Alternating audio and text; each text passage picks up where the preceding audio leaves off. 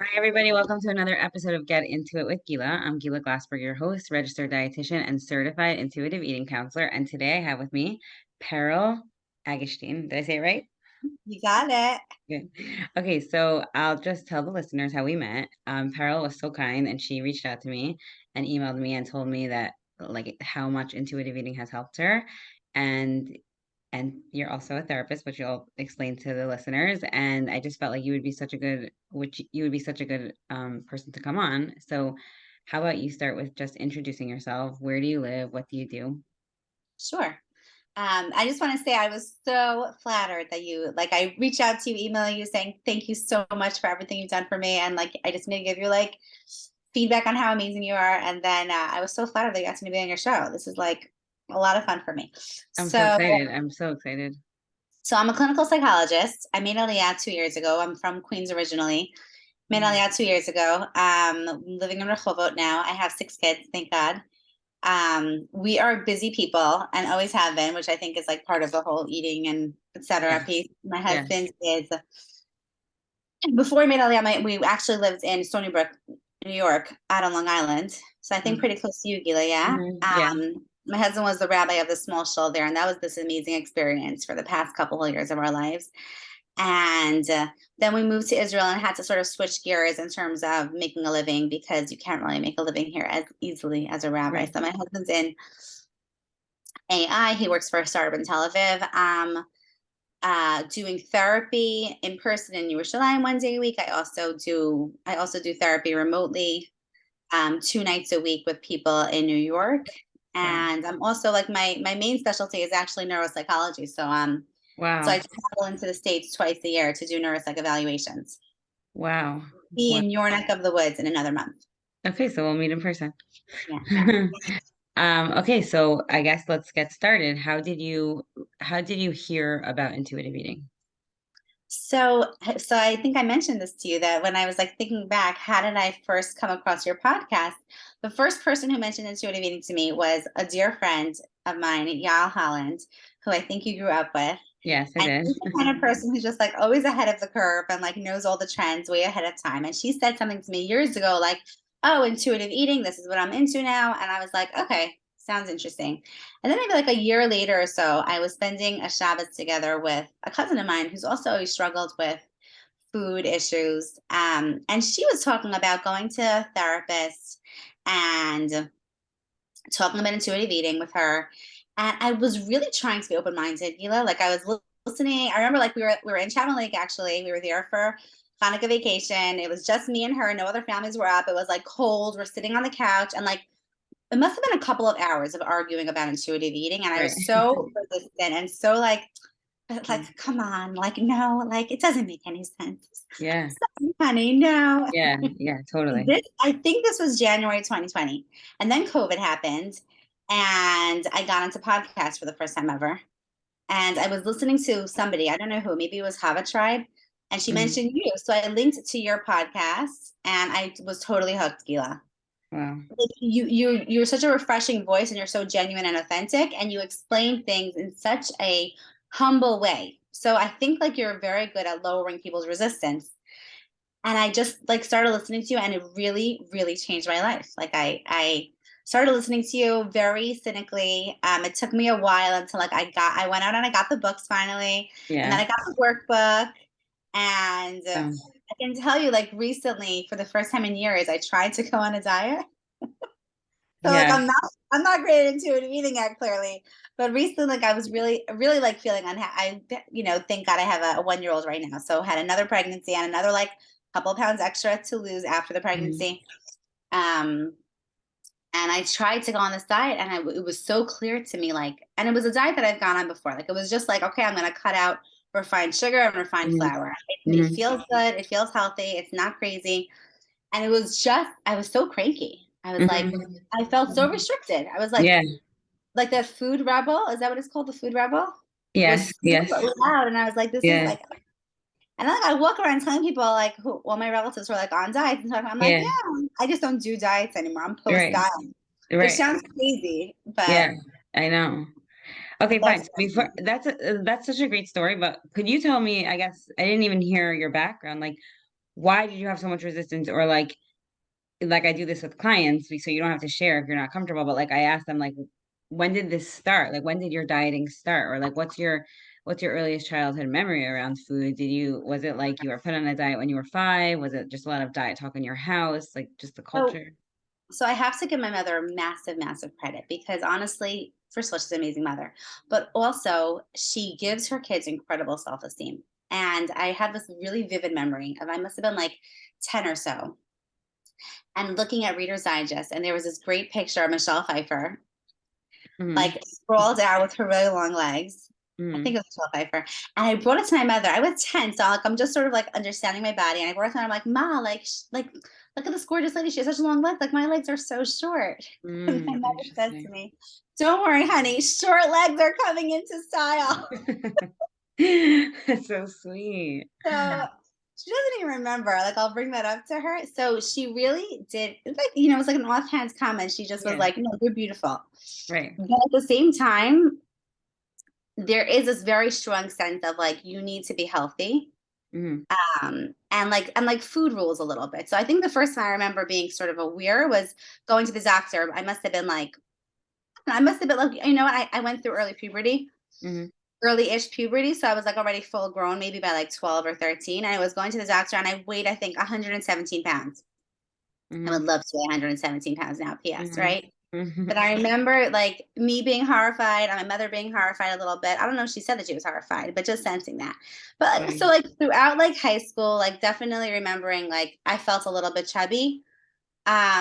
I wasn't particularly chubby. I was fine. I was like average, did not have a flat stomach, never had a flat stomach.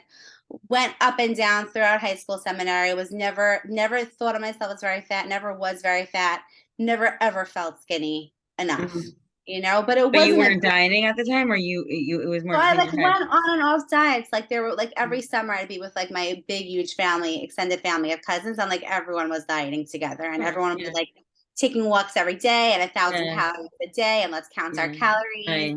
And then like having like days when like let's go out and eat tons of ice cream and not care Right. at all. Like Right. I think it was pretty typical. It Mm-hmm. wasn't like I think it was pretty typical looking back. I think it was not what I want for my kids. Like I don't Mm-hmm. want my kids to be dieting in high school. Do you know Right. what I mean? Of course. Totally. But I think I thought it was worse than it was until I went to seminary, honestly, Gila, and I met other girls there and remember like seeing a girl like really like shaking before her mother came to visit in I. January. I. I was like, oh, I even called my mother and I said to her, Ma, you're not that bad. Like I've yelled at you for like telling me that I'm gonna lose some weight, but you're not that bad. I see what Yeah. what it's like out there. So I think like overall, like my family background is like pretty much average in terms of diet culture, but Mhm. also same diet culture.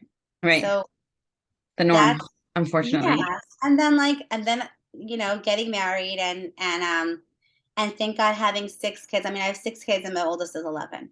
Right. So Wow. Kanai and And it's her. wonderful and hectic. And also, like, I remember at one point someone saying to me, like, yeah, with every baby, like, you put on another 5 pounds and then it doesn't go off. And I was like, no, that's not going to happen to me. Right. I'm not going to get pregnant again until I lose all the weight. And Right. of course, that's not really how it happens. And that's hard, right? It's hard, Mm-hmm. it's a little bit hard to be in a woman's body and fluctuating weights and Mm-hmm. nursing and Mm-hmm. periods. It's like a hard Yeah. kind of a thing to deal with if you're also dealing with body image issues. For sure. For sure. So I think that's my background in terms of dieting. I've always gone on and off. I never felt terribly unhealthy with my eating habits or with my eating mentality or dieting mentality, but intuitive eating has definitely totally shifted the bar.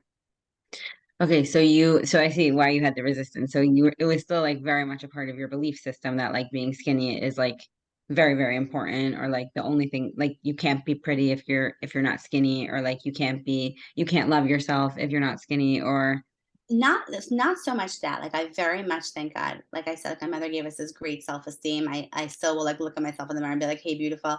Like, and now it's, like, more mindful than yeah, and I'll do it in front of my kids, right? so It's nice. more mindful than it might have been in the past. It might have been more automatic in the past, but so it wasn't about not loving my body. It was more about, like, not thinking that it looked pretty. Do you know what I mean? Like I could Yeah. love and honor my body and love moving and love running, and also be like, no, obviously, like at this weight, like I just don't look, I just look messy. Messy. Wow. So yeah, it's just interesting that you just said about like a woman's body changing, which is like totally so valid. And I will just say, like, Evelyn Tribole, who is the co-author of Intuitive Eating. So I did like some supervision with her. I mean, she trained me and then I did supervision with her. And I remember saying, like, this was like a few years ago, so I already know this now, but I remember saying, like, how, like, sometimes I have bad body image days. Like, am I the wrong person to do this work? And she, of course, said, no, you're like the perfect person to do this work. It's not just because we know something doesn't mean it's not really, really, really, really hard to believe and implement. And she's like, it's kind of like when I go shopping now and I see my legs in the mirror and they look like old lady legs, quote unquote. And she's like, whoa, my legs changed. Like anytime your body changes, it's Yeah, challenging. yeah. So it's like you're living in a foreign body. That totally makes sense. Yeah, so where do you go with that? Like, I guess, like, that's still something that I'm struggling with, right? Like, Yeah. I look at my body and I don't think it looks beautiful. It's hmm fine, you know, Right. Right. right? Like, where do you Yeah. really go with that? I mean, I could take it in many different directions, and when I counsel people, it's so layered. But I really like to like dismantle a belief system. And of course, it doesn't take one session or like one conversation, but it's like even when you were saying, it's so hard that a woman's body changes, like when we with our periods and we have babies and then nursing. I just have to assume that it wasn't always hard before we started body comparing and we started the beauty standard was I always say this, you probably heard me say this, that the beauty standard today is like really unrealistic. It's like very, very busty with a tiny waist. No one looks like that naturally. Right. Probably less than 1% of people, right? I'm saying the beauty standards have changed. There was very, very skinny with flat chested, there was very skinny with more curvy, right? And now it's just like people don't look like that. So we've created that beauty standard, and I'm not that doesn't make it easier. Women want to be beautiful, right? Women want other people to think that they're beautiful. That's like a normal, natural way of life. And I'm never going to tell someone you shouldn't want to look beautiful. Of course you should look beautiful. You should want to look beautiful. I think it's more the crazy amount of emphasis that we have on the way that we look and the Yeah, size of our body, because I, yeah, I I just was texting somebody last night who had a baby 5 weeks ago, and she yeah, told me, she's like, Gila, you really changed, you really made me think, because so many people said to me, you look so good, you look so small. And she's like, they were monitoring my baby so my baby wasn't too small. I did not like hearing that. And can you imagine, like, we're so one track minded when it comes to weight. Small equals good. It's so not true. If you think about it for 1 second, it's not true. Or like I've um I've had Alicia Avalis here on the podcast, and she's a sex therapist. Yeah. And I remember her saying, we didn't actually end up saying this on the podcast, but we said it when pre-recording. And she's like, I've had so many like couples, like men, women, and the men tell me like she's so upset that her chest is bigger or her tush is bigger, and he's like, I love it. So I'm yeah, like, I wish more women would hear that. Like, yeah, we do it to ourselves. And like, is it gonna do I look in the mirror every day and be like, oh my God, wow, I look beautiful. Like, I love my big hips, I don't do that. But yeah, I actually try to think about like, wow, like this stomach, not just that it birthed kids, because I feel like I've said that before and people are like, well, I didn't have any kids. But it's like, whoa, like I'm healthy. I could do burpees. I could cook dinner tonight. I could do this work. Like, I'm so much more than this body. Does it always make me feel beautiful? No. Is my goal to always feel beautiful? No. It's like a total mindset shift. right. That's beautiful. That's beautiful. I love your point about the fact that the problem is the emphasis that we put on it. Because, hmm right, of course, like people are aesthetic, right? Like we are Right. aesthetic beings and we like beauty and we like art Right. and we like feeling beautiful. But the fact that it's becomes this overarching, like what you say, Gil, like if you think it's going to change your life, like of course it won't change your Right. life. Right. It's Right. on a piece of you. I think one time, I think you said this once. Either you said it or a guest you had said this, the idea of like grieving, hmm maybe. Like that also Yes. is like so honest and human. Like you're allowed to, I think you said it on maybe like a pre-Pesach podcast or something. Like the idea of like you're allowed to grieve that fact that you're not gonna Totally. be that size two. Like that hits me, right? hmm Like that's hmm like, yeah, I would like to like be able to go to the store and buy beautiful clothing. And it's also just about like moving comfortably. Do you know what I mean? Right. Like Totally. I recently started going to a gym class, which is awesome. And I love going to the gym, but it's a small Israeli studio. And like I'm getting there like a minute late, which I get, because that's just me. And I always get like a spot in front of the mirror. And Mm-hmm. I'm looking at myself exercising, looking like when is like, there's like a HIIT class that I go to and a Pilates class that I go to, and like looking at myself like doing burpees and I'm feeling all cool and strong. Then you look in the mirror and you see your stomach and you're like, Mm-hmm. oh, like when did I become that person who Mm-hmm. has that body, Right. Right. And it almost feels like exposure therapy for me. I'm like, okay, no, this is good for me to see my body. And like, I think I need to see my body and I think I need to see it doing strong things. And Mm-hmm. also, it's a little there's a little bit of a grieving process there. Like, Totally. oh, Totally. I like, actually, that's not my concept. That's Bree Campos, Body okay, Image with Bree. If anybody follows her on Instagram, she has her own podcast. I think it's called The Body Grievers, or she gives a class called The Body Grievers. She's a therapist or a body image coach. wow, And I that resonated with me so, so, so much because it really is grief. Like if you, especially like, I like what I when we started, I asked you when did this all start? Like when did your, yes, dieting journey started? yeah, So like some of my clients are in their teens, 20s, 30s, 40s, 50s, 60s, right? So if they started to believe that at the age of 10 or 15 or 20 that they should be a certain size and they've been pursuing that for 10, 20, 30 years, it really is grief when they're like yeah, intuitive eating is a grief process for them because they're like on the what happens when you feel bad about your body? We look in the mirror, we're like, where did this stomach come from? Or look at my double chin, right? And we're like, okay, fine. Diet starts tomorrow. I got this, right? So it's like that hope, even though you know it's not going to work. You know that you're going to be binging on chocolate. You know that you're just going to gain more weight. You know that you're just going to feel horrible about yourself in 2 weeks. You don't let yourself believe that. And it's just, right, it's just one of those right. things. Like, You feel so skinnier the moment you say you're starting a diet. You already exactly. feel You're skinnier. like, okay. In last supper eating, I'm going to eat all the pizza that I want. I'm never going to eat pizza ever again. And like, how many times will that cycle start and stop? So it's like, it really is grief for on so many levels. It's, when you said before that you sit around with your extended family, it's so communal to diet. It is so bonding. We all talk about dieting. Oh my, everyone Yeah, around me, 70% of the conversation ends with I shouldn't eat pasta. Why am I eating pasta? I can't. I'm like, wow, guys, there's more interesting yeah, things in life, you know? yeah, yeah. It's reductionist, right? It's like reductionist of the human experience to be Yes. so obsessed. And then, of Yeah, course, like there's the health aspect and thinking about of that. And I course. know my Yeah. mother, thank God, credit her, turning 70 and very focused on her health. And Hmm. and you sort of hear that piece, like, okay, like there are real health benefits to being thin and to losing Hmm. weight. Hmm. Just like another piece of the puzzle, I feel like. But I can I, tell you, yeah. like my whole attitude really did change. I'm just thinking what you said about the cousins and sitting around. So like we have this cousin chat and like at least 4 or 5 times someone's been like, guys, I need to go on a diet. We're doing a biggest loser contest. And like everyone Hmm. came to the pot. And in the past, like I've done it once or twice or like just followed along.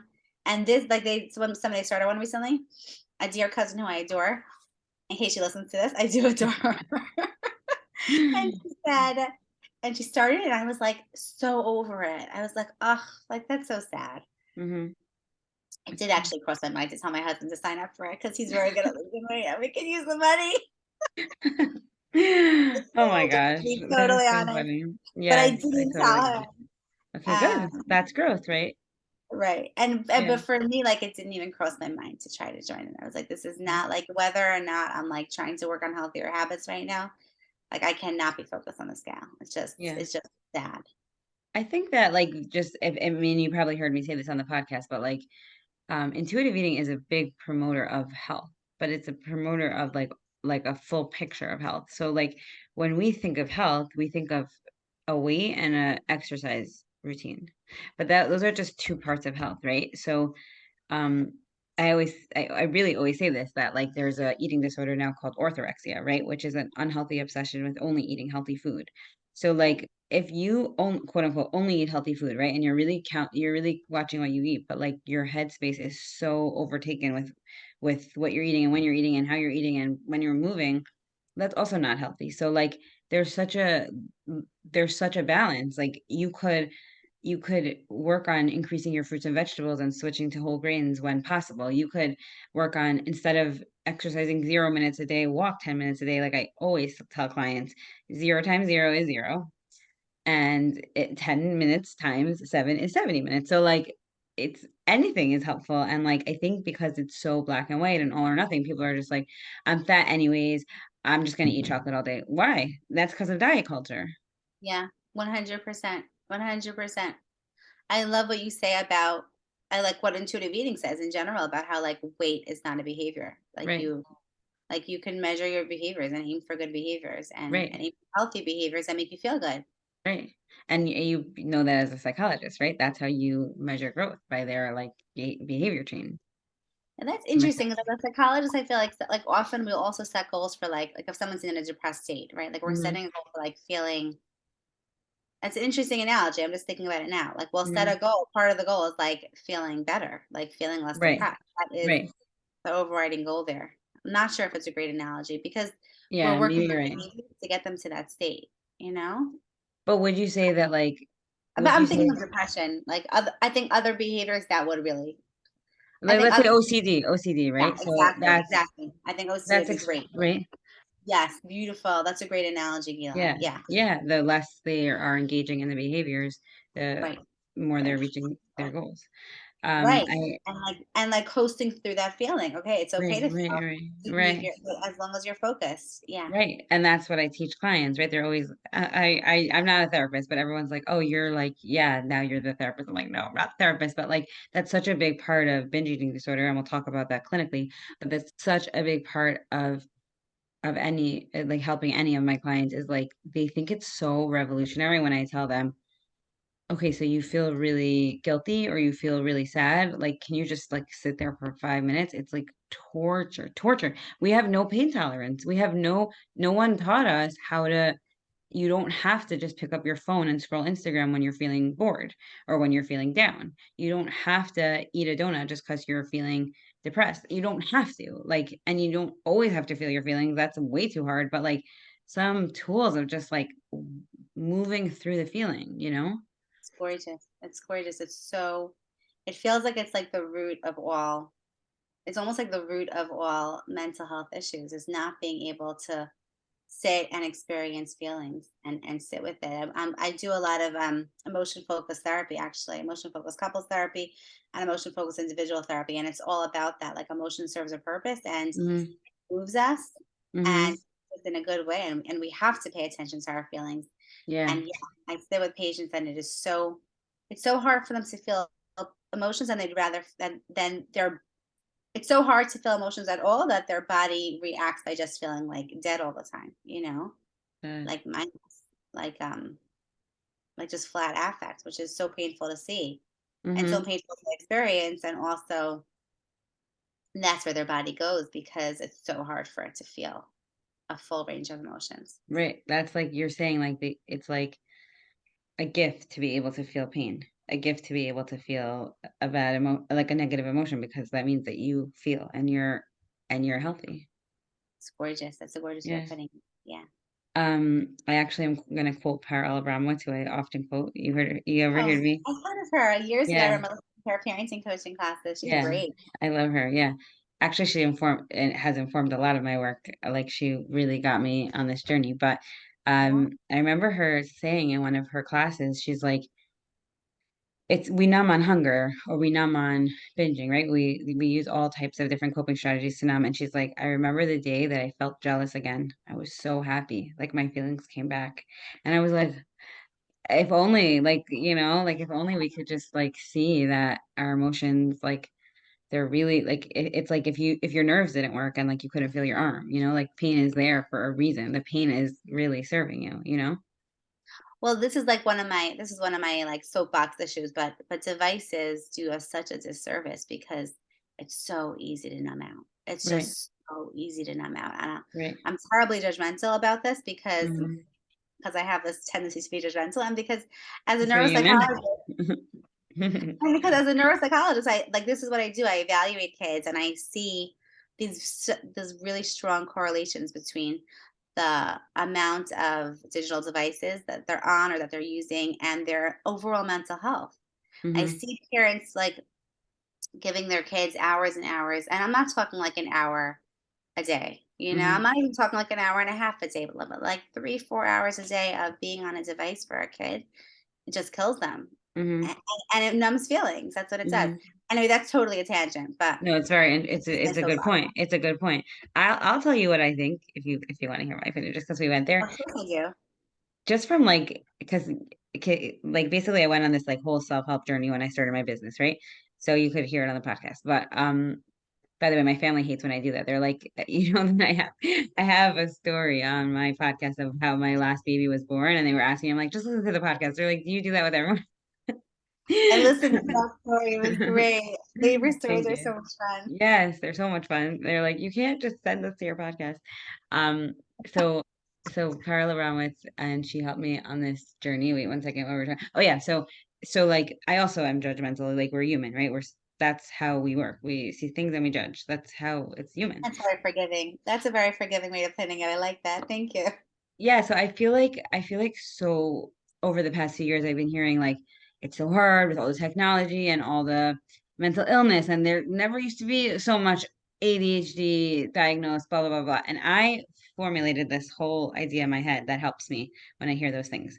Okay, first of all, every generation has different pros and cons and struggles and strengths, right? And I feel like I had this conversation with my own therapist. She told me that she went to the Nefesh conference and they were talking about how we're in unprecedented times and how kids have access to everything and blah, blah, blah. I'm like, we're not in unprecedented times. 70 years ago, they were trying to survive the Holocaust, years and years ago, they were there, like in Egypt, there was so much like immorality. You know what I mean? Like, I feel like that doesn't help us. It doesn't help us. Hashem decided that this generation, we are here and we are struggling with the phone, but like to be so focused on what we are struggling with, I just don't think helps. I feel like with the same thing with food, I hear you, like you're having a hard time with binging, you're having a hard time with restricting. I hear you, it's really, really hard, but there is recovery, like there is help. There is, even if intuitive eating doesn't help somebody, there's something else. Like don't despair, I feel like that's where Don't people get really catastrophize. stuck. Yeah, Yeah, that's beautiful. that makes sense. It's just putting it into perspective. I love that. Yeah. um Excuse me. So we could go on a bunch of different tangents, but we were saying before that you actually started using intuitive eating clinically. So could you Yeah. tell us about that? So this is really, I've been like meaning to email you for ages, honestly, just to say like thank you for everything and you're awesome and I love your podcast. So sweet. This is what pushed me to finally email is that I had these two patients the same night both come to me and say like they're both in New York, yeah.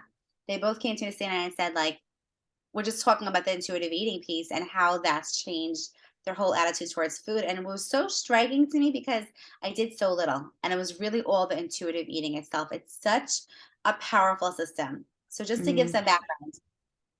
So as a psychologist, I'm like mostly trained in neuropsych is one of my main specialties, but I also do a lot of cognitive behavioral therapy. So when I first started seeing people way back when, I remember having like a couple of patients with binge eating disorder, and it's not one of my specialties. I like wouldn't treat them with anorexia because that really requires specialized training, and I don't have that. I Mm-hmm. like to sort of dig down in whatever I'm specialized in.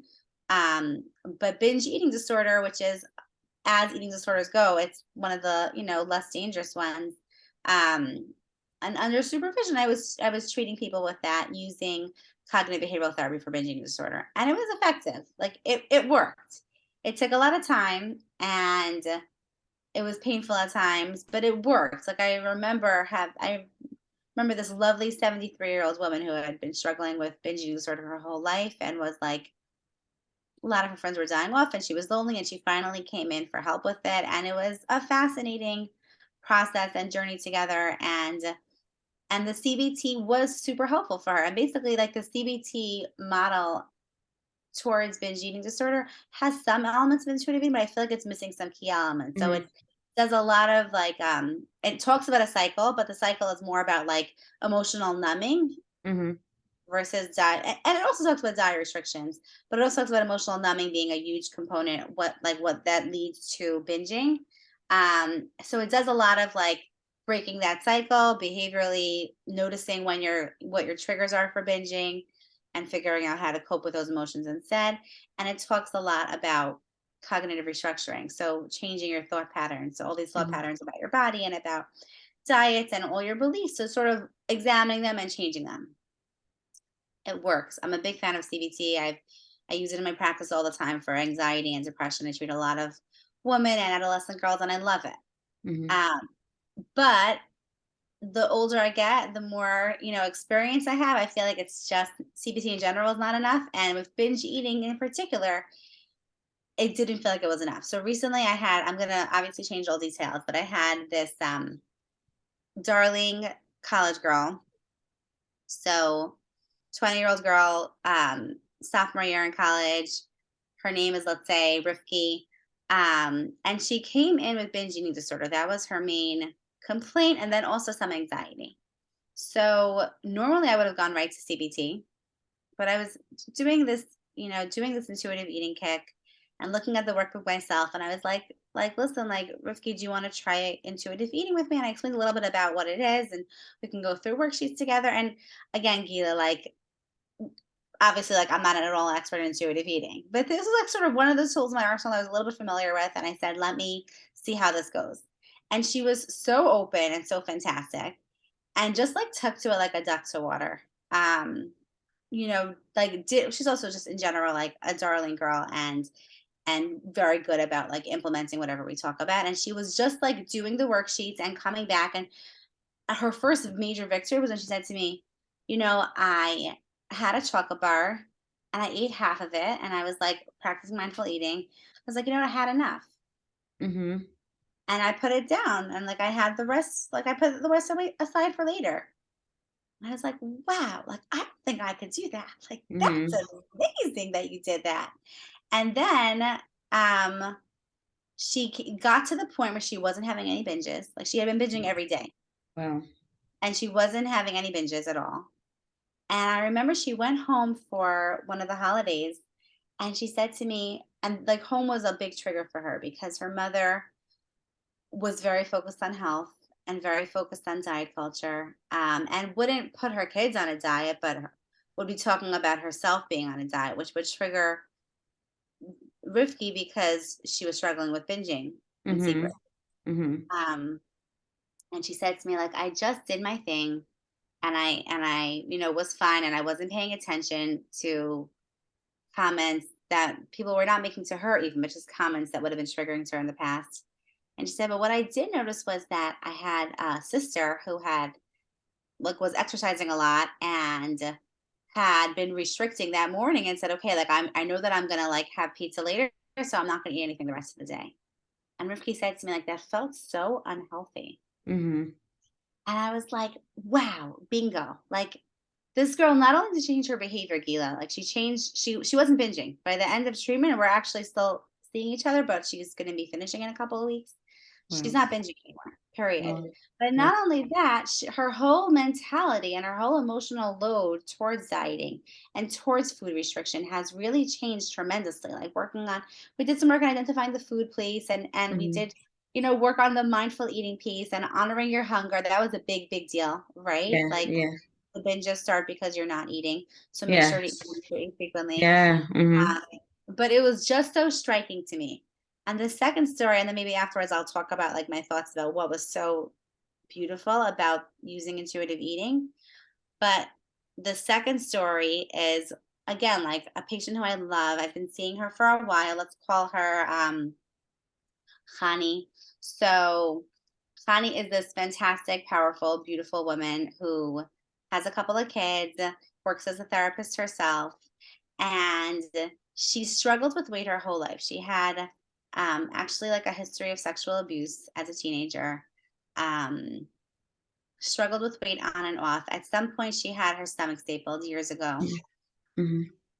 And at this point, now when I'm seeing her, like so I've been seeing her for over a year, which is not usual for me. It was just like it's like sort of like an ongoing Mhm. uh, therapy that's focused on like a lot of supportive therapy, and she's just a ton of fun to talk to.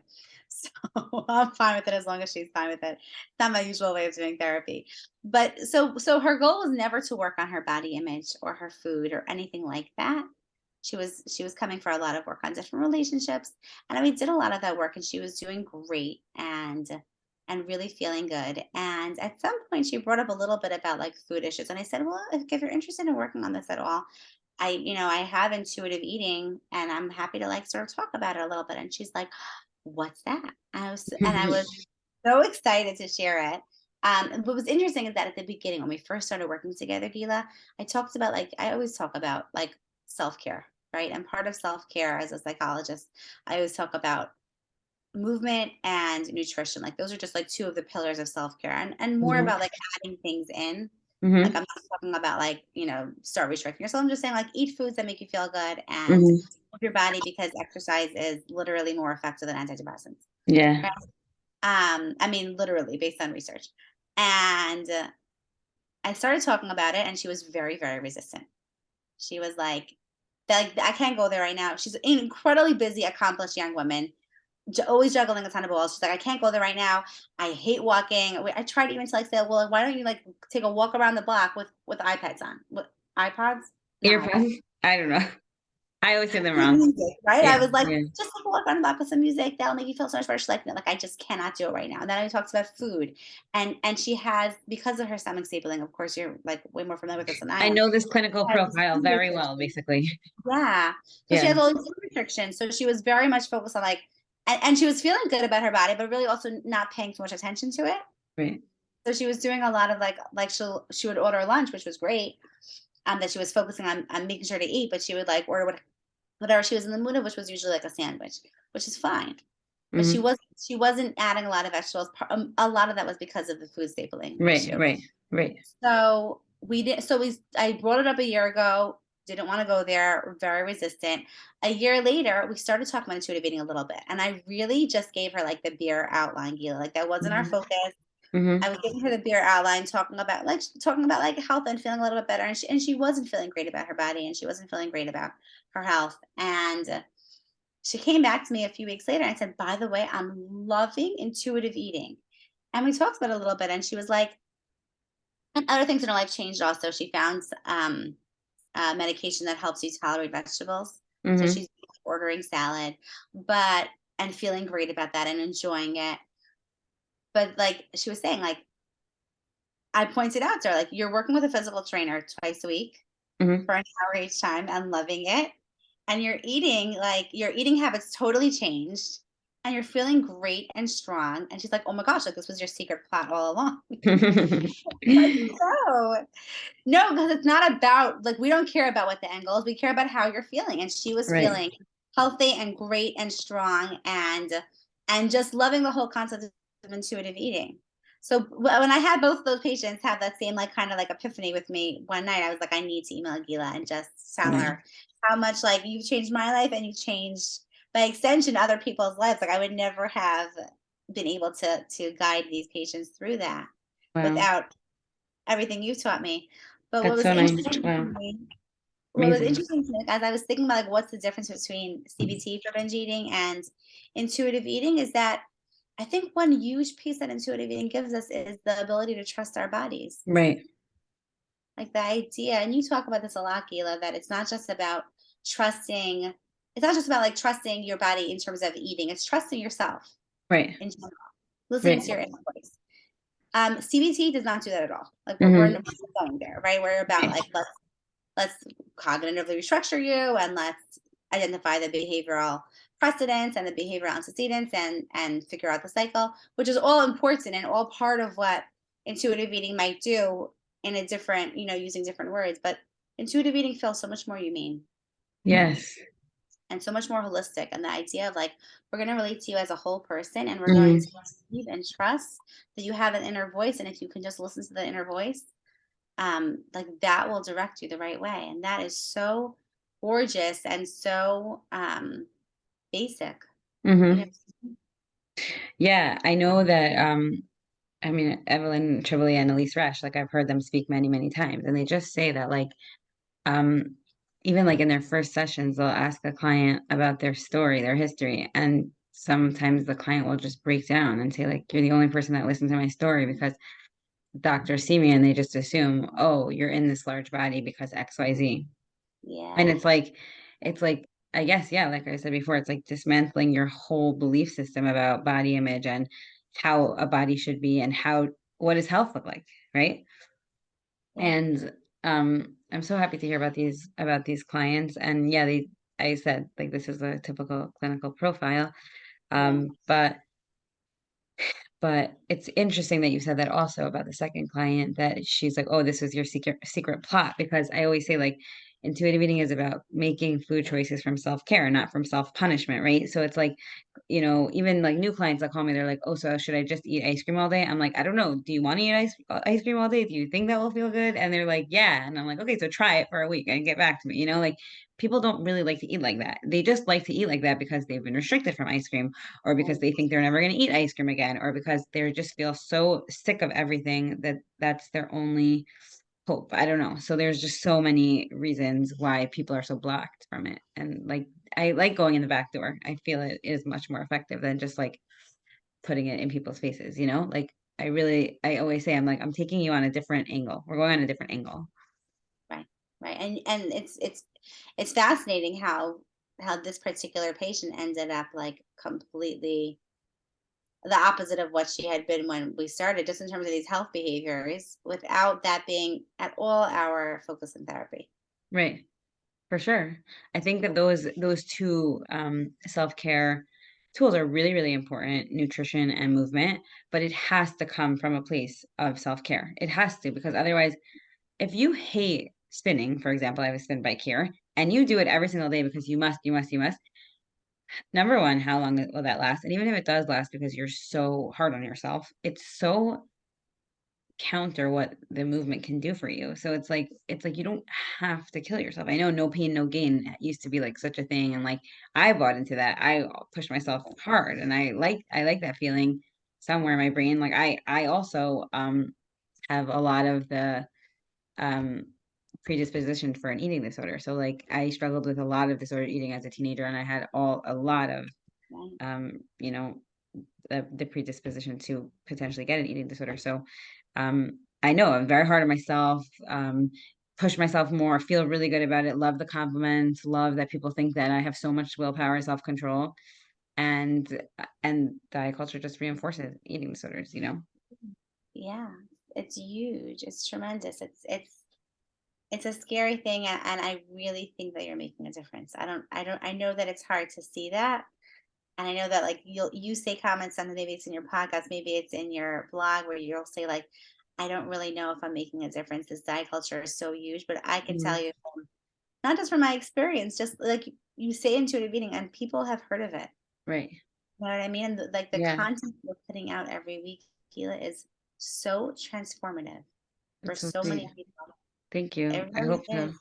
I hope It so. really is. I first of all, I always welcome feedback, and I love when people actually subscribe to the podcast and read the podcast. It definitely helps my podcast. But I do find that, like, let's say right now with my clients, like a lot of them do complain, like, I hear you, Gila. I hear you. Like, I really want to believe this, but like I'm fat and society doesn't accept me. And I'm like, I know, I hear you. I get it.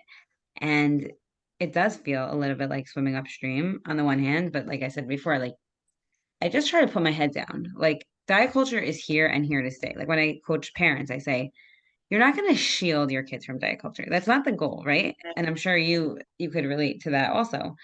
The goal is to welcome the questions and to be armed with like a strong, healthy, like what your mother did for you, a strong, healthy self-esteem, and that your weight is not your worth, and that we could take the focus off the way you look. Of course, it's important to feel beautiful. That's never what I'm saying, that you should just neglect yourself. Right. I don't believe in that at all. But it's just like having that, like with any life skill, it's like really working the other way of like reinforcing the positive, and like working on things that you do want your kids to see, and being a good sounding board for your friends, for your kids, for your husband, right? Like that's I just feel like that's so much more positive. And that's why I love intuitive eating also, because it's like so much about self-compassion and about gentleness. Like it could be Yes. so, and dieting is so harsh and mean, black and white, and like intuitive eating is so like looking at your whole profile and really helping you, holding your hand, you know? Those 2 words are so resonant, compassion and gentleness. And then, like, you contrast that with, like, The Biggest Loser show. Do you know what I Yeah. mean? Yeah. That's a big difference.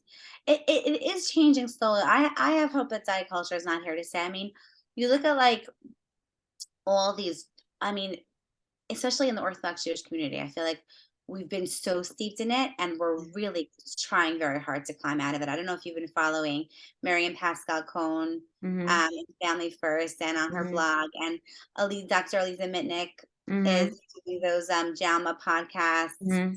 talking about how to talk to your teen about weight. I've been following a lot of these different people because I feel like I guess, like, I'm living in Israel at this point. I'm not any longer on Long Island. I'm in, like, a very nerdy Anglo community. Shouldn't say that out loud, but it's very nerdy, which is great. There's such a lot. I'm like one of the cooler people here, and that's shocking. There's such a lack of emphasis on bodies and looks and clothing. It's amazing. It's So I amazing. definitely probably am a little bit shielded from that, Right. but I also like you just see this vast change slowly, slowly happening. And it's fighting upstream. It's like mirrored by the change in each of us, right? Mhm. Where like you're back and forth and you're taking 2 steps forward and then 1 step back. Right, And I right. hate diets, but oh my gosh, I wish I was skinny. Oh yeah, totally. And I will say to that that I'm quoting a lot of people here today. Yes, also Rachel Tuckman is amazing, and Rena Reiser and Rachel Goodman. There's so many other Rachel Heineman. There's so many Yafi Livova. Like there's dietitians, there's therapists that are working on changing the narrative. Um, but Evelyn Tribole, I'm going to quote her again. She says in her book, or I heard her say this, that like we used to believe that people used to not wear gloves when they treated people medically. Do you know that? Or wash their hands. Right, of course. And then somebody figured out that it was like the bacteria that was causing issues, right? And then people laughed at them. People laughed at them. Can you imagine? The germ theory. When was that? Late 1800s or something like that. Yeah, I think so. And it's like, and then Christy Harrison from Anti Diet and Food, she has a podcast, Food Psych. She says the saying that I have to look up, but it's like something like first they fight you, um, first they hate you, then they fight you, then they join you, like something like that. Like I feel like that's where like at least I'm trying to have hope that like maybe that's true. And I know Miriam Yeah. speaks about it, and I know Alyssa Goldwater is amazing, and I know that, and that it's amazing. There's definitely a change in narrative, and even here in the Five Towns, I spoke in 2 different high schools this year, It's and fantastic. yeah, Where but it starts. That is so great that you're doing that. I mean, it starts even earlier, but high school, wow. That is yeah. so important for girls to get that message. Yeah, and I actually interviewed somebody last week who Mirta Sharma put out soon, so you'll hear it. I don't want to give it away, but she also is doing amazing work with eating disorders and eating disorder treatment. And yeah, there's for sure people doing it, but it's like, I guess, like just sharing the message, like always trying to share the message. Even me, I have a hard time sharing the message. Like I was somewhere yesterday and somebody was like, "Oh, I just ate so much junk food," and like I just wasn't in the mood to say like, I just don't call it junk food. I wasn't in the mood to be working, but like in my head, I'm like, I wish more people would know. I just wish more people would believe it also. They don't necessarily believe it, but we're trying. We're trying to change the narrative. Yeah, one person at a time. It's like that like story of like the kid on the sea who's throwing back a starfish and the whole entire sea is covered, right? You know that story. No, I don't. Tell me. Oh, there's like a shore covered in starfish because the tide went out and these starfish were all dying. So this little kid's walking down the shore and he's throwing back a starfish, then another starfish. And an older kid comes over to him and is like, "What are you thinking? Look at the shore. It's covered in starfish. You're not making a difference." Hmm. The kid looks at him and bends down and picks up another starfish, throws it back in, and he says, "I made a difference for that one." It's so cute. It's true. Yeah. Yeah. It's Yeah. true. So you're And doing that's it. You're doing it. thank you. And that's why we're here. That's why we're doing this work because like, yeah, like people like you are actually listening and actually changing and actually working, using it clinically. It's like, Yeah. it does work. It does work. I am so grateful to you, and I am totally joining a group. I'm really excited to Okay. like, really commit and take this to the next level. I've been Okay. following you for so many years, and I haven't yet actually like sat down and said, "Okay, I need to work with a nutritionist," um, because I really love it. I love the principles and I love the idea of it, and I see how like we said, like how humanistic it is, and I need to do it more. I'm like Yeah. thirsty for Okay, so so I'll just plug my group that, God willing, I'll be okay. starting another group. It's hard to get a group together with the same times that people want. So I feel like I'll just say this year that I'm gonna try to just like start groups, and then people want to join, they'll join, and I'll try to keep it like, even if you join midway, you'll just continue till the end of the principles. But anyways, this is amazing. Is there anything you wanted to leave the listeners with, or if you want to leave an email address, is could people contact you? Sure. I have a website. It's again hard spelling. I should make it easier. It's www.lifespanneuropsych.com, Lifespan Neuropsych, or just Google Peryl Agishtein. There's only one Peryl Okay. Agishtein in the world, I'm pretty Okay. sure. Um, I'll put it in the it's show notes so people could find Thank it. you. Thank you. I mean, I do like I do therapy remotely in New York, and I do therapy here in Israel. And I come in twice a year and do neuropsych evaluations, and I still have openings for my July slot. So Okay, that's good to know. I'll put that in the show notes if people could just like click. And also, um, are you taking new clients? I am. Yeah. Okay, so perfect. Okay, amazing. Thank Okay, you. thanks so much for being here. Have a great day. Thank you for inviting me. It was so much fun. It Take was care. amazing.